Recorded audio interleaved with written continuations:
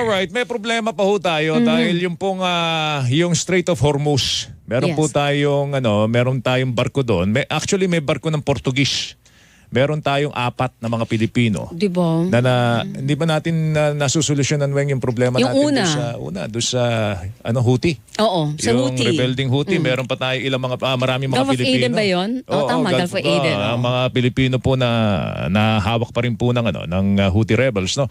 Nasa linya po natin si alias Jenny. Si alias Jenny, mga kapuso, misis po ito ng OFW, yung isa sa mga 4 na OFW na tripulante po nitong MSC Arish, no? Ginubkob po ito ng Iranian forces dyan sa Strait of Hormuz. Jenny, si Joel, si Weng po ito. Kamusta po kayo? Kamusta po pamilya po ngayon? Magandang umaga po sa inyo. Jenny. Hello, good morning po ma'am and sir. Opo, Good morning kailan po. nyo huling nakausap po ang inyo pong asawa? Ano po sir, sa pangyayari po sa April 13. Noong April 30, nakausap nyo po siya. Ito po yung araw kung kailan sila kinubkob ng Iranian forces ba? Tama ba? Pero ano po sir, hindi pa namin alam kung anong time na kinupkop sila, pero may kami na nakausap siya, nag-chat lang po sir. Teka, ayusin natin yung linya ni Ma'am Jenny. Basta April 13 daw niya huling nakausap yung kanyang mister. Asawa. At sinabi daw sa kanya, Weng, andito yung mga Iranian Navy. No? At yun ang binanggit sa kanila. At di namin alam kung ano magiging lagay namin. Navy pa yung sinabi. Talaga Iranian forces. Iranian Navy, kung di ako nagkakamalit, na pasadaan ko sa 24 oras. So hindi rebelde yung kumubkob sa kanila? Iranian Navy. Tama ba? Ma'am Jenny, ano bang binanggit sa inyo ni Mister? Ano po lang po sir sa pangyayari, ang chat lang po, lang po, pang pamilya lang. Pagkagabi, hindi po namin alam na nandun na po ang pangyayari. Pagkatapos, may tumatawag lang sa amin mga 9:50 ng gabi na tumatawag na may nangyari na sa kanilang barko. Hinahijack po. Sino tumawag sa inyo ng 9:50? Pinaalam sa inyo may nangyari po sa barko nila? Si Ma'am Daisy sa crewing agency. Yung agency po nung agency po nung okay. Nung huli po ninyo kausap ang inyong mister doon na nakasakay ng barko, ano po yung usapan ninyo Ma'am Jenny na pwede nyong ipabatid po sa amin? Pang-usapan pang pamilya lang po, ma'am. So wala pang hindi pangbayad sa mga pangbayad sa telephone. So hindi po wala siyang binigyan na anumang impormasyon sa inyo na merong mga dayuhang forces po doon sa barko, wala pa pang ganon. Wala po. Wala pa po ma'am kasi day off kasi at time. Nung time na yon, day off. Ilang taon na po bang seaman ang inyong mister? 51. Ilang taon na? 51 years old. Ilang taon na po siya sumasampa ng barko? Teka, nawawala yung signal niya. 51 years old na yung asawa ni Ma'am Jenny. Pero ilang taon na itong sumasampa ng barko, yun ang ating gusto malaman. No? Probinsya kasi, no? Ma'am Jenny? Ma'am? May na-signal doon sa kanyang kinalalagyan. Saan probinsya po ba kayo, Ma'am Jenny? Sa Mindanao po, sa Bayugan. Bayugan City, Agusan del Sur. Okay. Ilang taon na pong sumasampa ang mister ninyo sa barko? 25 years. 5 years na? 25 years. 25 years na, matagal na. Okay. At ngayon lang po ito nangyari sa mister ninyo, Ma'am Jenny. Yung ganito na nakasama sa barko na hijack na mga dayuhang persa. Ma'am, sa ngayon lang po na ma'am. Nangyari ito? Okay. Ano po ang pinakahuling pakipagtalastasan sa inyo ng pamahalaan ng gobyerno kung meron mang pakipag-usap na po sa inyo? Okay naman po lahat yung mga information para sa amin, sir. Okay naman po lahat. Tumatawag naman po yung DFA o DMW. Oo. Tapos may negotiation na po sila doon sa barko, Mm. maayos naman po ang kalagayan nila doon. Ano pong katiyakan na binigay sa inyo ng pamahalaan, Ma'am Jenny? Ano po to, ma'am? Ano pong katiyakan ang binigay sa inyo ng gobyerno? Anong assurances ang naibigay sa inyo ng pamahalaan?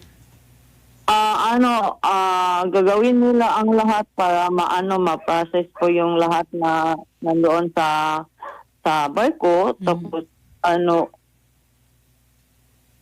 Yes, Opo. yes ma'am. Go Ma'am ahead Jen. po. Mm. Ano lang po, ma'am, sabi nila, undergo processing pa yun ng... Okay. Ma'am Jen, ganito, maliban po sa pakipag-ugnayan na po ng DMW, ng DFA sa inyo, meron pa bang tulong na ipinaabot po sa inyo ang pamahalaan? Kasi sa pinakahuling balitang natanggap po namin, inatasan na po ng Pangulong Marcos ang mga ahensya para tulungan ang pamilya nitong 4 na mga Pilipinong nandun sa ngayon sa Iranian authorities po. Ano po, sir, may tulong po sa OWA yata, may apat na bag na 5 kilos na bigas. Tapos, may pumunta po dito sa amin, sir, sa namin na OWA officer. Tapos, in-explainan kami, ipinaalala lang sa amin, mag-relax, di po lang, ipakalat yung mga, kung ano-ano yung mga negative side na pangyayari. Opo. Sa kayo ba, tinangka nyo yung tawagan ng mister ninyo? Nakakausap nyo pa ho ba siya? Kagabi lang po, sir, pinalimitan lang po sila ng oras sa pangkulang po, sir. 11:30 ng gabi. Nakausap 11, niyo po nakausap siya. niya. Okay. Oo. Kumusta daw po siya? Anong lagay niya? Sabi niya, sir, okay lang naman. Okay lang po sila, naka-duty, nakakain. Naka-duty, ibig sabihin nagtatrabaho po sila ng tuloy-tuloy sa barko. Opo, ma'am. Parang Opo. normal lang na nagtatrabaho, kumakain. On duty hours, hindi yung naka-hosted sila, hindi ganon. Hindi po, ma'am. Hindi. Naka-duty lang po sila. Pero, may gwardiya lang yata lang, ma'am. Nabanggit po ba kung ano yung mga kumubkub sa kanilang barko? Kung sino-sino?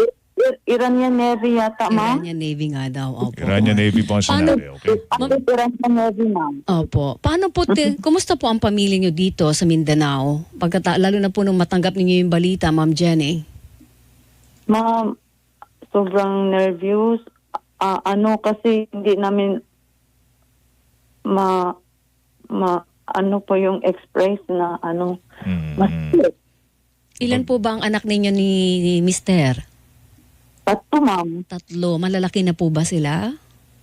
Opo, ma'am. Okay. Nagkaaral mga college na po ba? Elementary pa? Ang 2, ma'am, tapos na may isa lang po kami sa aral. Kayo ba yung nagtatrabaho, Ma'am Jenny?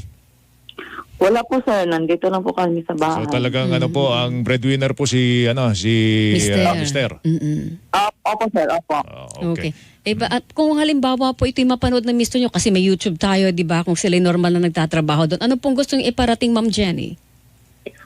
Pangkabuhayan lang po naman, ma'am.